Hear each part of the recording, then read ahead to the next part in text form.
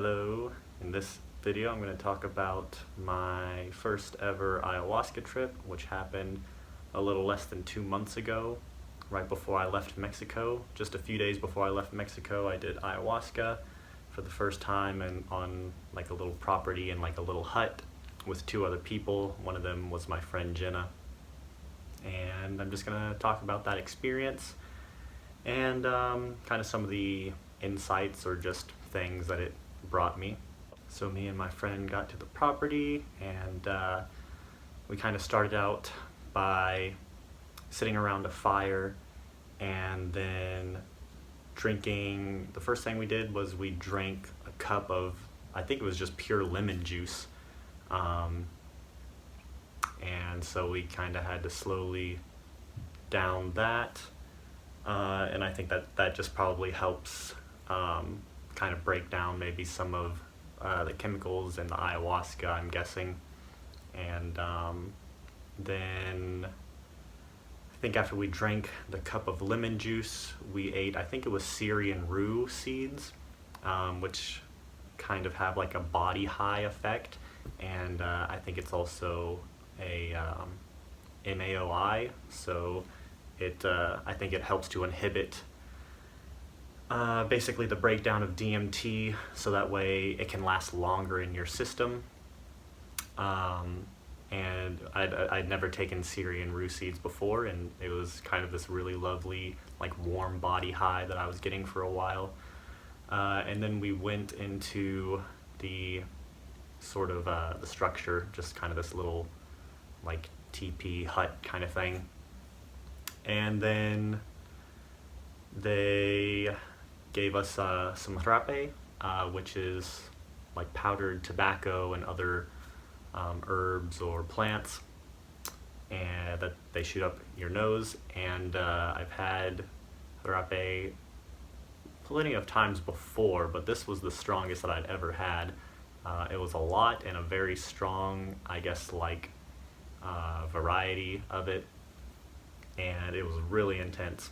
And actually my friend Jenna pretty much started like throwing up because she had never had any jarape given to her before. This was her first experience, and I was like, oh god, I hope she's had this before, because this is really intense and it's probably going to be pretty shocking. And yeah, I think it was really intense for her, and she was like gagging a lot and kind of, I don't know if she actually puked, but it sounded like it. And so after we did all that, then we were finally given the ayahuasca. And so I took the ayahuasca and I was just meditating for a while, sitting up, and then probably after 30 or 45 minutes, I just laid down. And I didn't feel anything for a long time. I really thought that it was either not going to work or it was going to be a very light trip for me, because it felt like almost 3 hours or something had passed and I just wasn't feeling anything. I think it was more like around 2 hours though when it finally started to kick in. It just felt like forever. And then I finally started to like kind of get some weird like shifting stuff happening in my mind, where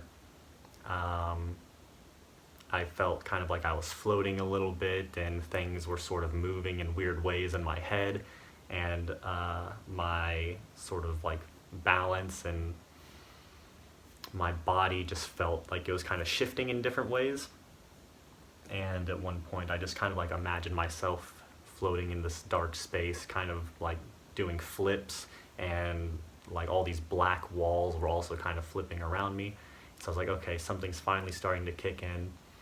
And I had this really funny, I don't know, ego thing. It was like I was really trying to invoke the the ayahuasca to come on and be like a strong trip. I was almost mocking the ayahuasca because it took so long and I wasn't feeling anything.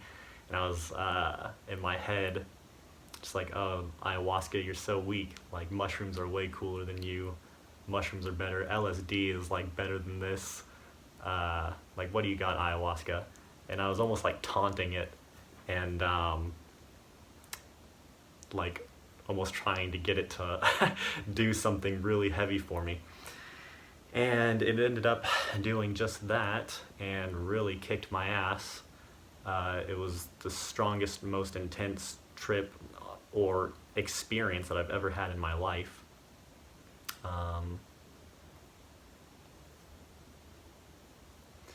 So like after a while, I finally started seeing visions of kind of what's very often depicted when you take ayahuasca is like the sort of reptilian. You've got like the snakes. I saw kind of the snake with wings, just kind of like flying by, and then I saw these two giant alligators kind of in like this dark void, and they were like at my feet, but they were just ginormous, and they were kind of like opening their mouths, like kind of getting at me, but I was still not that high, and still was kind of in like a playful mood, and I knew that it was all just kind of the stuff that I'm being shown, and I was like, okay, get out of here, alligators, and kind of kicking them away and being kind of playful with them. It didn't really scare me. And then the next thing I remember is being really, I don't know, feeling probably starting to come up more and more. I just started like tapping myself. So I'm tapping my chest for a while like this. And then I guess I must have just completely disassociated for a bit or something. I don't remember what happened. But then I just I had my eyes closed like this. And I remember thinking like, what the heck is this? Like, what is this pounding feeling on my chest? What's happening? Seriously, what the heck is this sensation that I'm feeling? And then I open my eyes and see that I'm tapping myself. I'm like, holy shit, that's me. Like, I'm tapping myself. I forgot that I was tapping myself. And like, I couldn't feel my hands. So I just had no idea what was pounding on my chest, and then I looked and I was like, what the hell? Okay, this is now, I'm starting to get like impressed now. This is cool. Things are happening. And some other things that were similar that happened for me a lot on psychedelics, especially mushrooms, where I just feel like a total infant or baby. And through this ayahuasca trip, it felt like I was almost developing as some sort of fetus, infant kind of thing, and like starting to become aware of itself.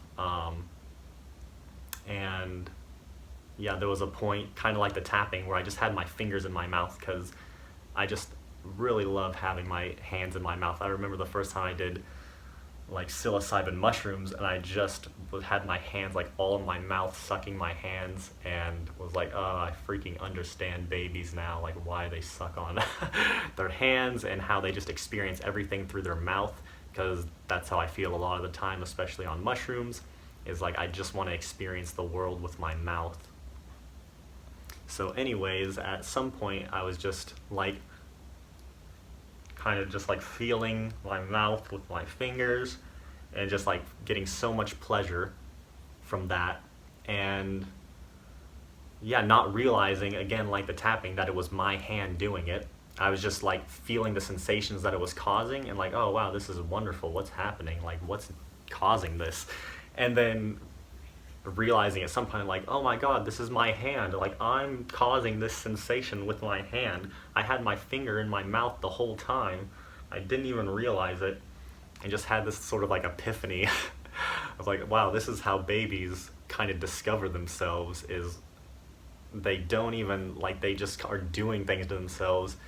Sometimes they don't even realize that they have hands, but they're just like feeling and touching and sucking, and it just feels so pleasurable, and at some point they realize that that's them doing it to themselves. And so that was sort of the experience that I had coming up.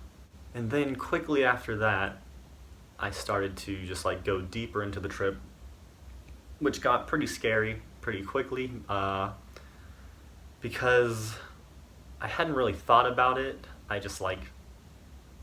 know that DMT is the active ingredient in ayahuasca, but my brain was just not thinking about that.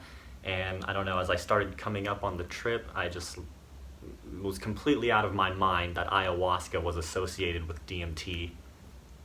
But then I started going into a very familiar DMT space, kind of like the DMT circus. It's just like the world of things.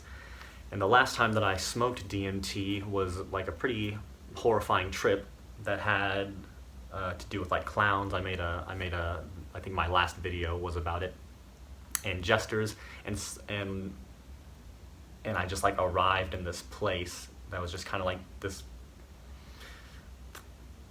thing that was just like going up with just random stuff, just random colors and things. It's just like the unconscious world of things that just contains everything within your mind. And it's just a chaotic scramble of stuff that makes no sense. But there was also, like, as these things were floating up, on one there was kind of the jester that was like sitting on top of something, kind of just like floating up, passing me. He's like, "Hey, welcome back." He's like, I'll catch you later," and just like flies by. And I'm like, oh shit, like, why does this feel like DMT? In my head I was like, wow, this feels so similar to DMT. And then I was like, oh my god, this is DMT. Oh shit, I forgot that ayahuasca was DMT. Oh god, am I gonna be in a DMT trip for like 5 hours? And then I just really kind of started psyching myself out with that. And pretty much the whole trip after that was a nightmare for hours. Absolutely the most horrifying and traumatic experience that I've ever had in my life. And I wanted to make this video like earlier, just like a few days afterwards, because it was all so fresh, and I just wanted to express it all and be like, this is what this is, and be really vivid and clear about it, because now it's all kind of like, it's not as vivid in my head. And there's probably a lot of details that I would have been excited to share that I've probably just kind of lost. I've been integrating it for the last almost 2 months. The last month and a half has been the most like anxious, fearful times pretty much of my life, it feels like. Ayahuasca really did some shifting in me, and I feel like I'm just starting to recover from it and not feel so anxious and like I'm just gonna drop dead at any moment. And I remember at one point a scene where basically like a small version of me, like a child, kind of curled up in fetal position in my head, and it represented sort of the reptile brain, the very old ancient brain that's kind of here. And I just had this realization that we're really trying to like overcome this thing, or like kick it out of our life. Like, we don't want to be controlled by this animalistic brain of ours, but that it's not going to go away, and that it's actually just like really wants comfort, and that it feels really all alone. And this might just be my own individual sort of psyche and how I feel around it. But yeah, I just saw this thing that represented the reptilian brain that was a small child version of me, and I just like wanted his mom or some sort of comfort, but realizing that it's basically all alone.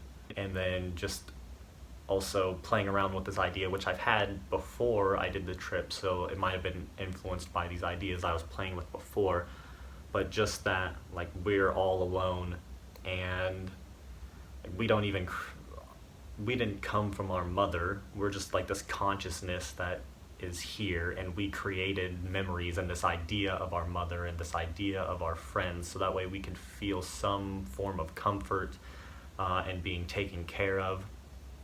And yeah, essentially like we just kind of created these false memories of being born and having a mother that gave birth to us, when really that's all just kind of didn't happen at all. And we're kind of just like sitting in the same void space that we've always been sitting in, just imagining things, because there's nothing else to do, or we can't stop. But anyways, then I just started getting incredibly anxious and more terrified than I've ever felt in my life. The music, which in most ceremonies is played like acoustically, and you'll have shamans that are singing and playing instruments. And there was a little bit of that. There was just one shaman and then another sort of like helper woman. And so they did a little bit of that, but most of the night music was played on a big loud speaker. And yeah, there were certain songs coming from the speaker that just, kind of like call out the anxiety and the fear in you and all these things. And yeah, I just remember listening to these songs and feeling like I'm in complete hell, more of a hellscape than I've ever experienced in my life. And at one point I was just like, what is happening? What is this? How is there such a culture around ayahuasca? This shit is crazy. This is insane. I would never recommend this to anyone. Like, this is hell. This is the worst version of hell. This is the most satanic shit. Get me out of this. I can't be here anymore. All these crazy things. It's like, this can't be possible. I just felt like I was like tricked into some I don't know, satanic cult ritual. And that it's just here to keep me trapped in hell for a few hours, and there's nothing I can do about it. And so that was pretty much my whole trip, at least for 2 or 3 hours. It felt like of just like, oh my god, I'm gonna die, and just like feel torture. And then like the most vivid thing I can remember after that is when I started puking. The puking was pretty horrible because I basically died every time that I puked. And I think I could have given some really crazy theories if I had done this video right after I took the ayahuasca, so it just felt so real and vivid. Just like I actually died back there. Like, I'm not even in the same life that happened after the ayahuasca ceremony. I like puked and died and had a heart attack, and then jumped over to some other timeline, and then died again, had another heart attack from the ayahuasca, and then jumped into this timeline. And now I'm just like, I legitimately died at least 2 times, and that ceremony is how it felt. But yeah, I just remember like right before puking, this like the worst fear I've ever felt, and there's nothing you can do about it because it's just coming up and you've lost control and the ayahuasca is taking over. And actually, before I talk about this, I remember when I first started feeling the anxiety coming in as I was coming up on the trip, and I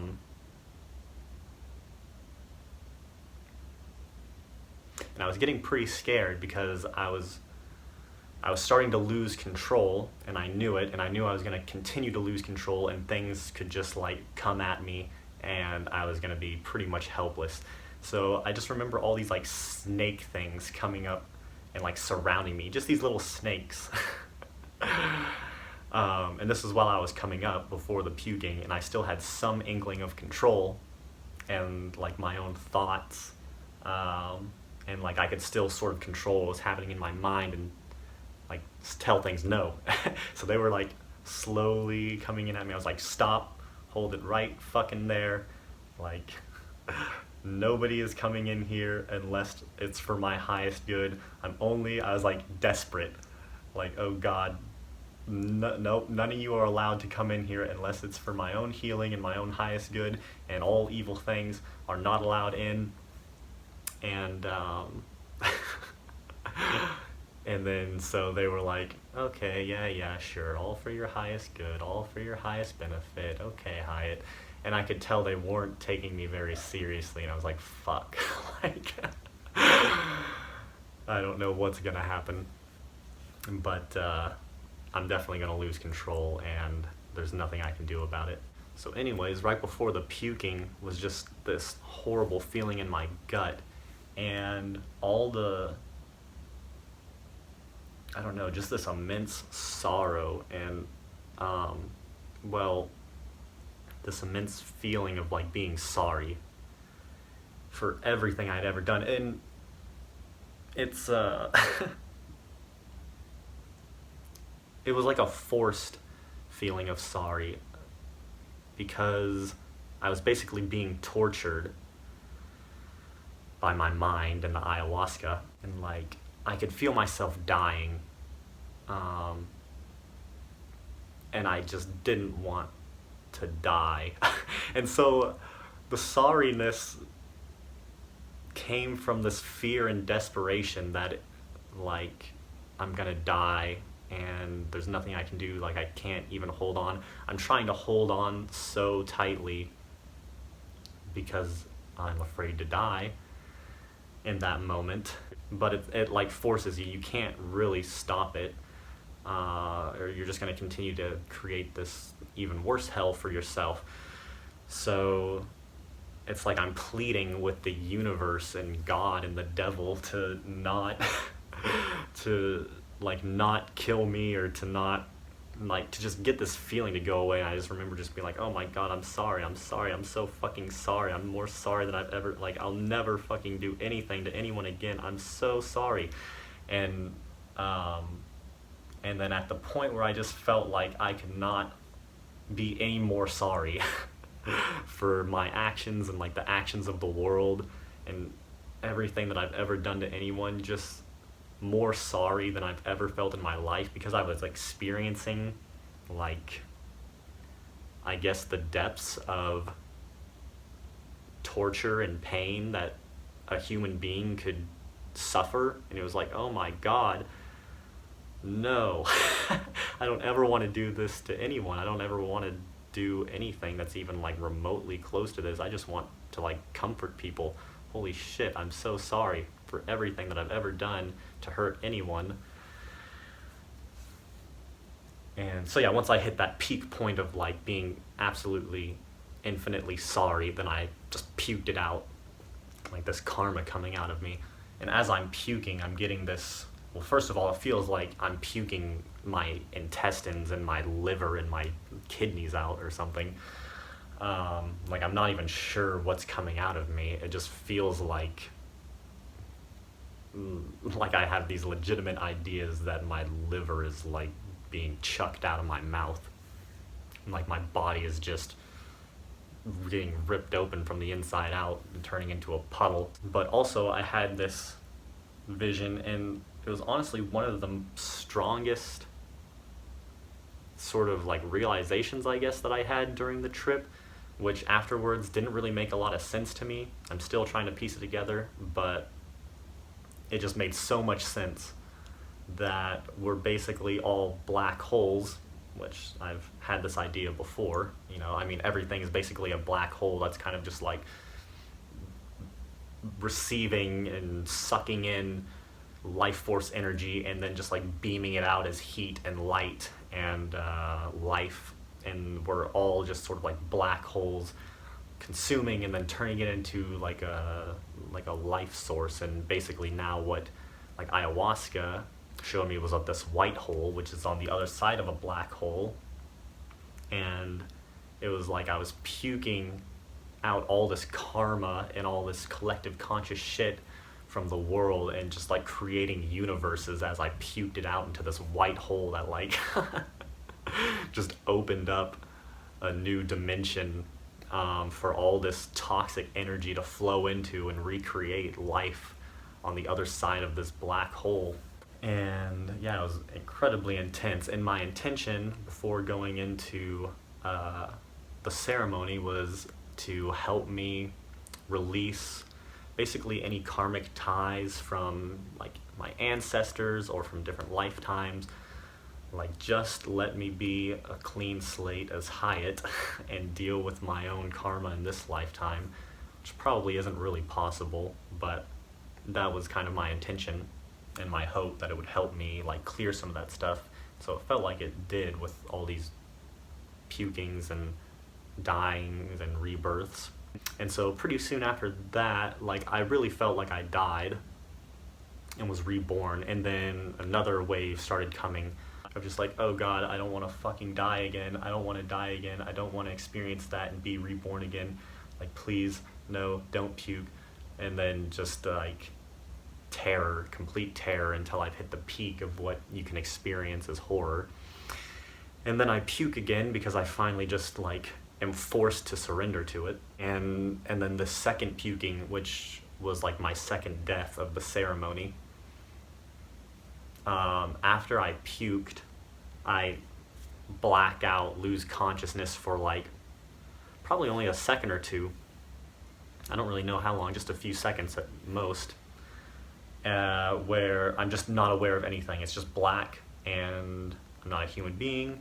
There's no breath, there's no sensation, there's no anything. So I'm dead. And I don't even know if that's what death is like, but it was just like this moment of absolute nothingness. There was just no awareness. It was like what I would consider beingness that isn't aware of itself. It's just there, but there's no awareness, of anything.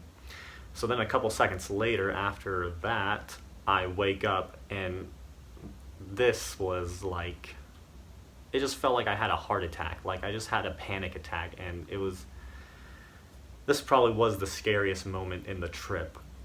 Which is crazy because, like, it was terrifying to die, but I think it was even more traumatizing and terrifying to be reborn in that moment, because it was like I was just this wild animal being born and taking its first breath for the first time and going like, what the fuck is happening?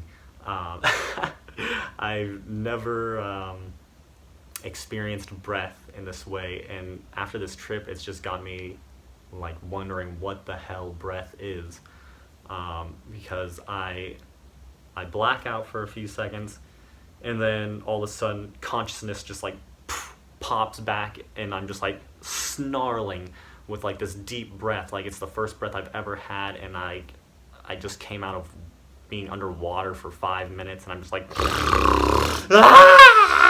like screaming, and the first thought that pops into my head, there's two simultaneous thoughts, and one of my thoughts wanted to shout, "Oh my God, I'm dying," and then the other simultaneous thought said, "Holy shit, I'm alive, how is this possible?" And I just had this experience of being dead and alive at the same time, and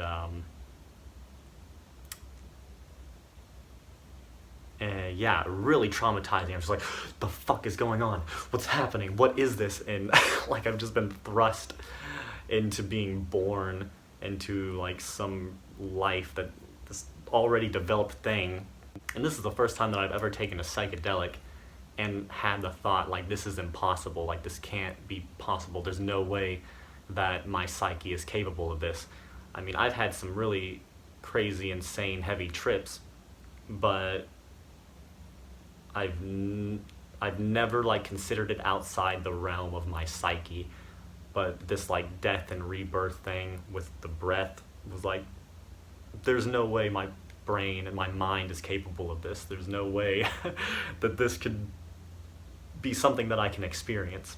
Oh, and as I've got the puke bucket, and like I'm just when I was kind of blacked out for a few seconds, like my hair got into the puke, and then as I was like snarling, I just like whipped my head back in my hair, and I just feel the puke like flying everywhere. And my friend Jenna is laying just like a few feet away from me. It's like, oh God, I just like doused Jenna in all my puke.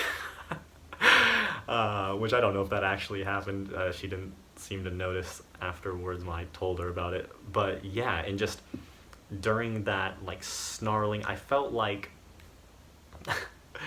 there's the movie, I think it's called The Descent, where the main character is like this woman, and this team goes down into a cave, and yeah, but the sort of poster for that, like the picture, is a picture of this woman that looks like she's like covered in blood, and she's just like emerging out of this water screaming in terror.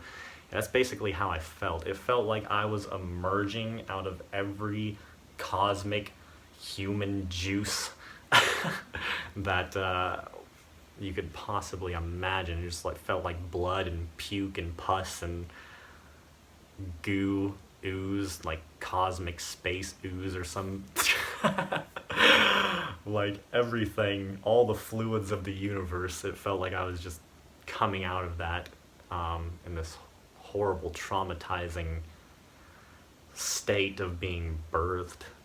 And then so soon after that, there was one more time where I started like feeling like I had to puke again, like I was gonna die again. But at this point, like the first two times, I had no control, and I had to surrender. It was impossible for me not to surrender to it. It just was too overwhelming. But on this third one, I had like just enough strength to suppress it, and which kind of sucks because I had this intuition that this was like the last puke that I needed. Like I really need to get this karmic shit out of me. I need to puke. I need to get this last puke in, but it was too scary. I was like, I don't want to die again. I really don't want to die and be reborn again. That is too scary. And it kept coming up, and I just kept fighting it. And, you know, I wish that I had puked and just died again, but it was too scary for me and overwhelming in that moment, and I just fought it and didn't let it happen. There was also a point where it was about to come out, and right as it was about to come out, I could feel like I probably wouldn't have ejaculated, but it felt so much like if I puke and die again, I'm going to also orgasm in my pants at the same time, which was it was too much for me. And I was like, no, that's not happening today. I'm not going to like, that's kind of, I feel like when you've hit the peak of just essence, the essence of everything is when you're like dying and being reborn, and you're terrified and you're orgasming at the same time. And it just like sounds so radical, but that's like the heaviest experience I feel like you can have. And I didn't want to go that heavy in that moment, so I didn't allow it. And I feel like I could have gotten more out of it, gotten more benefit if I had surrendered and let all that happen. But so after that, I'm starting to like come down a little bit. I'm still in like panic fear mode for a long time. But the peak is over, and the most horrifying thing is over with, and so I'm still scared, but at the same time like gratitude is starting to come into me. I'm like, oh my god, at least I'm only like at 98% fear capacity right now. Like at least I've dropped 2%, and I can like feel gratitude for a second. and then most of the trip was just like kind of coming down and just like moving a lot in my body to the music and starting to like make noises and stuff, letting things out. There's a couple more more fun points in the trip also that I had, where I remember at one point I was just getting overwhelmed. I was overwhelmed by the music, overwhelmed by what was happening, and just had this deep sense that I'm all alone. There's like nothing that can save me from my mind and from me dying. Like even I kept thinking about my mom, and like, oh my god, I just wish that like my mom could take care of me or something. But also having this realization that yeah, I'm gonna have anxiety and I'm gonna die, and there's nothing that my mother can do about it. There's nothing that anyone can do about it. I'm just gonna die alone. And even if people are right next to me and giving me love as I'm dying, like I'm dying alone. And like nobody can save me from dying. Nobody can like help me out of that situation or help me out of my mind going insane. So I was feeling really overwhelmed at a certain point, and I wanted to like raise my hand and ask for help, because it was just the shaman who was also in his trip, and he was laying down at this point. I could tell he was like really in his own thing for a little bit. And then there was like the helper kind of woman that was helping us and giving us, comfort or whatever we needed. And I was contemplating raising my hand to ask for help, but I had this resistance because my friend Jenna was next to me, and I think there was this fear of like feeling weak or like I can't handle myself in life or something. And then there was also this fear that if I raise my hand and ask for help, then maybe she'll get scared or worried for me, and it'll send her into like a worse trip or something like that.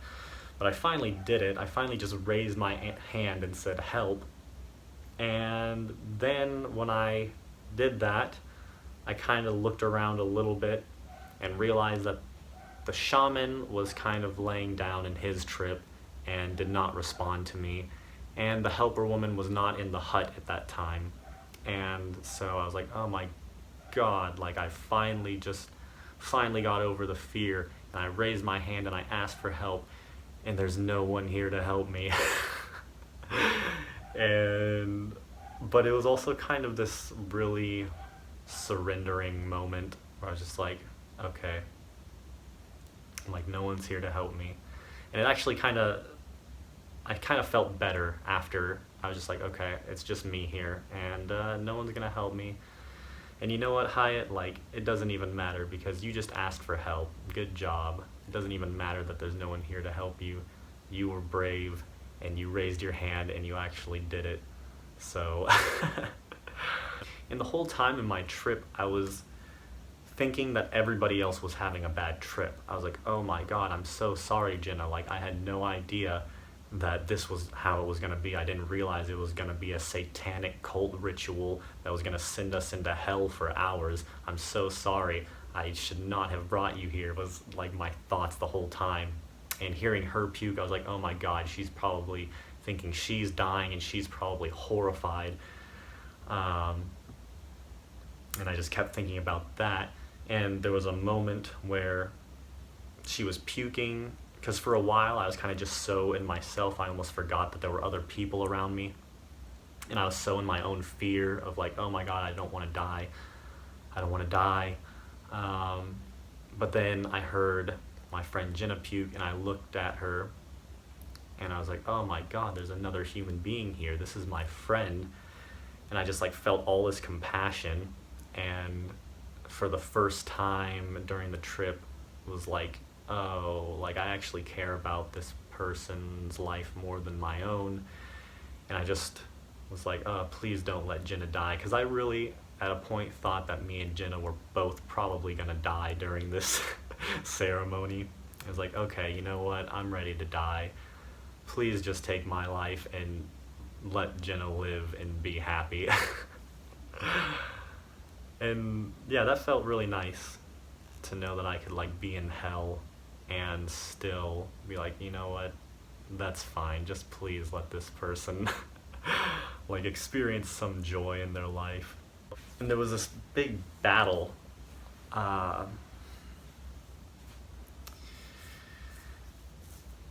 kind of had this realization before with psychedelics, but this was the most powerful one, where I really just got a clear picture of my infiniteness and how terrifying it is, and that like probably the only thing as scary as death on like this primordial level, because like even now I don't necessarily think death is a scary thing. In most of my existence, I feel pretty like okay with dying. I'm like, okay, I could die right now and that'd be fine. That'd be like, I don't really have a lot of fear around death.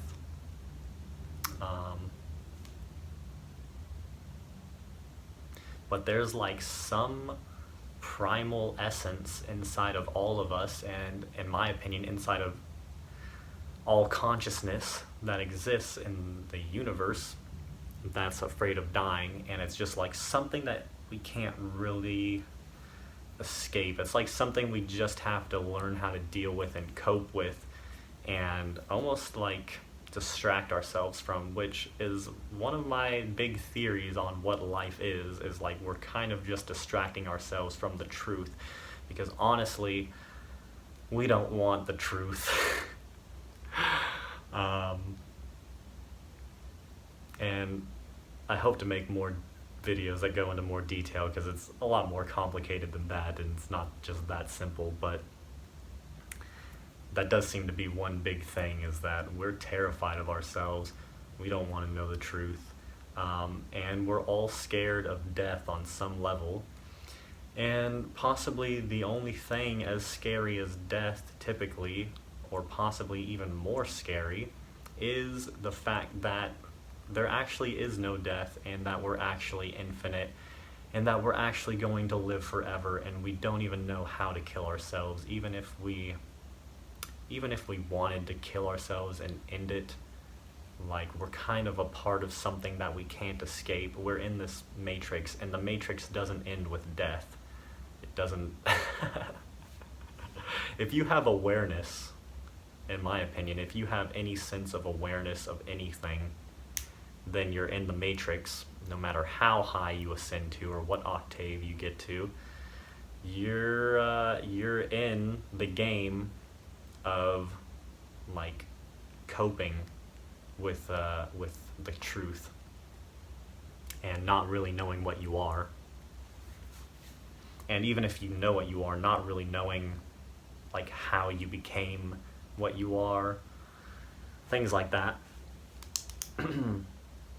So there was this real like anger that came up for me during the trip at one point, because when I started having like all these ideas of like, this is a satanic ritual and this is like just hell, and why would anyone ever do this, I kept thinking to myself, like, never, like in 10,000 lifetimes, if I would never do this again.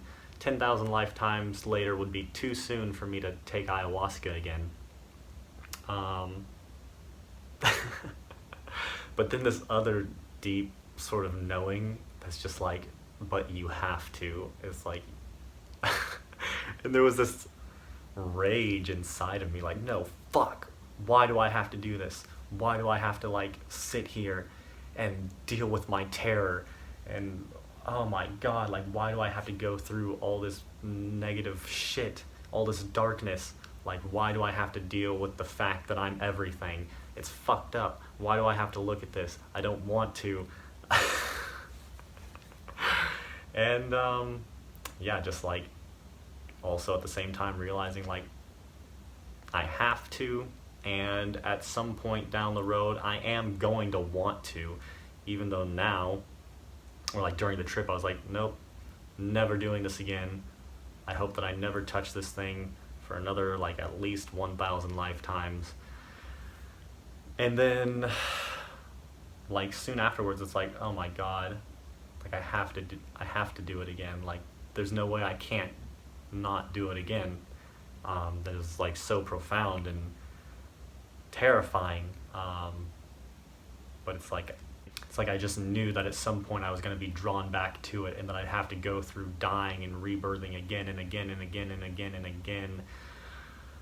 And it was just like really angry, like at myself for one, like, Hyatt, what are you doing? Because I could tell like the part of me was coming up like, well, we kind of have to do this again. And then the other part of me like, what are you saying? Don't you fucking do this again, Hyatt. I swear to God, if you put me through this again, like, please, like pleading with myself, please don't ever do this again. But then just the knowing that I'm probably going to do it again, and just be like, fuck, why? And yeah, just like this desperateness, like this thing that you can't escape.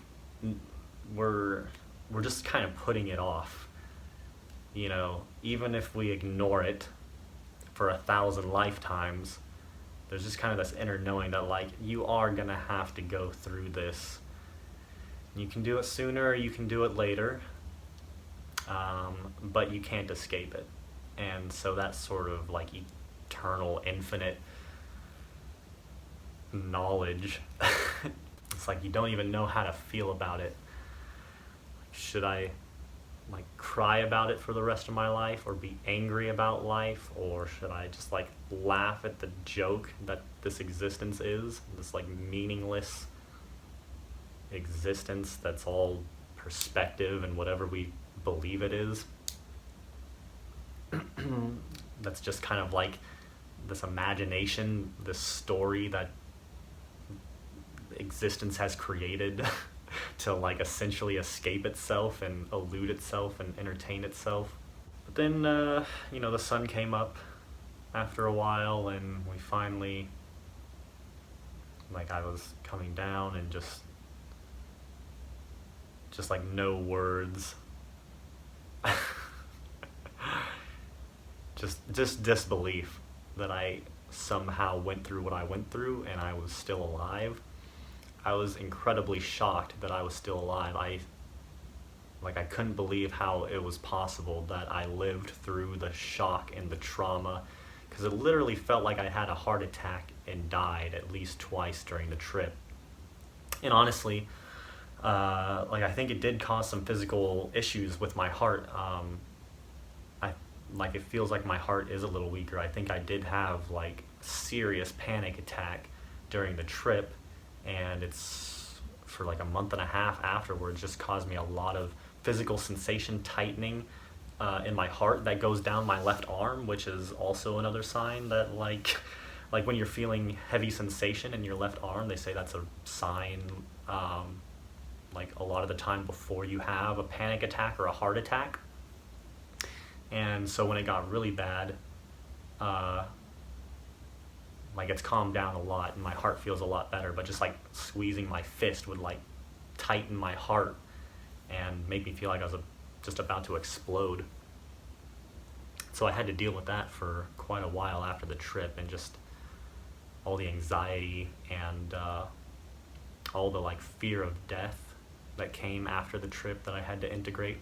I was just feeling so much sensation for over a month after the trip, coupled with like really dark, anxious thoughts that were also pretty like trippy. And pretty much every night for like a month after the trip, and sometimes even still now, like my dreams and falling asleep at night would send me into like a full psychedelic,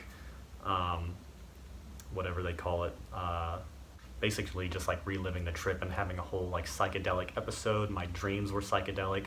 Falling asleep was really terrifying because it just felt like I was gonna die every time I fell asleep for like a month after the trip.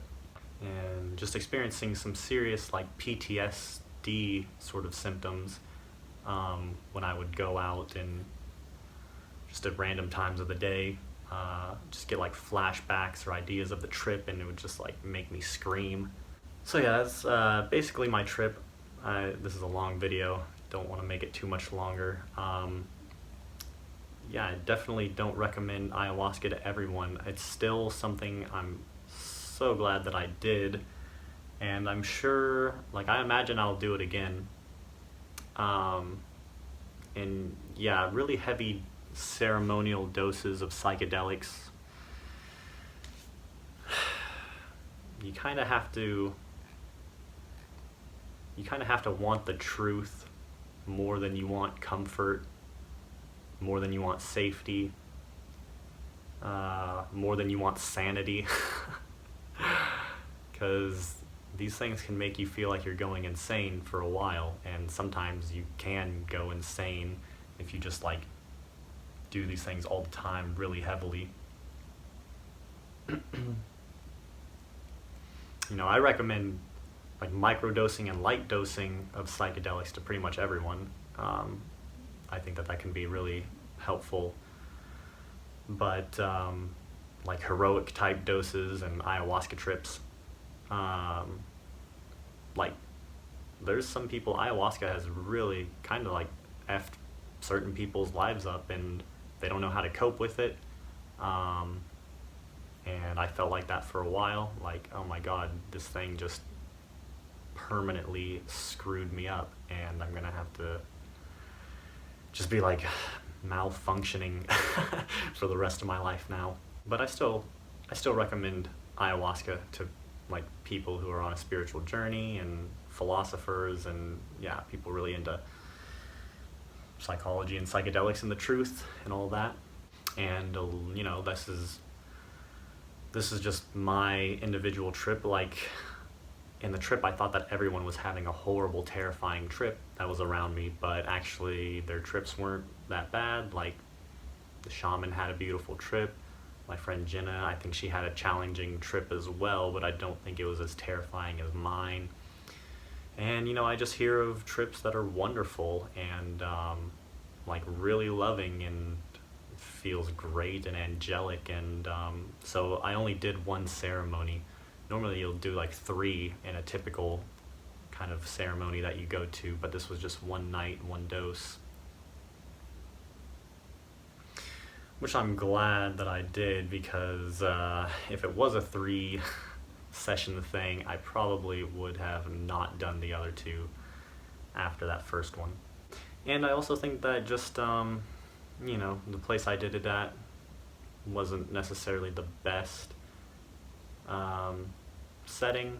I think that I could have gone, I mean, I guess I was just more concerned about like money than I was, because before that I was like, well, I'll do ayahuasca in my bedroom, I don't need shamans and all that, which I still like might consider doing. But I think the speaker was a big thing, just like this blaring kind of like not acoustic music, and some of the stuff, I think that it just kind of affected the trip a little bit.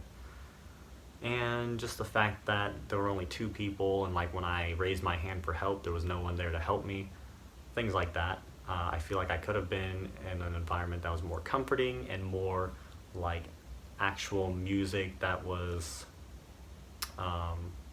more like specific to the energy that was going on in the room, and not just like a playlist on a speaker. So anyways, that's it. Thanks for watching. Let me know if you have any questions about the trip or anything else in the comments. I'd love to hear your opinion on this, or maybe like some things that have happened in your trips, any of your realizations. And yeah, just your thoughts on this video. See ya.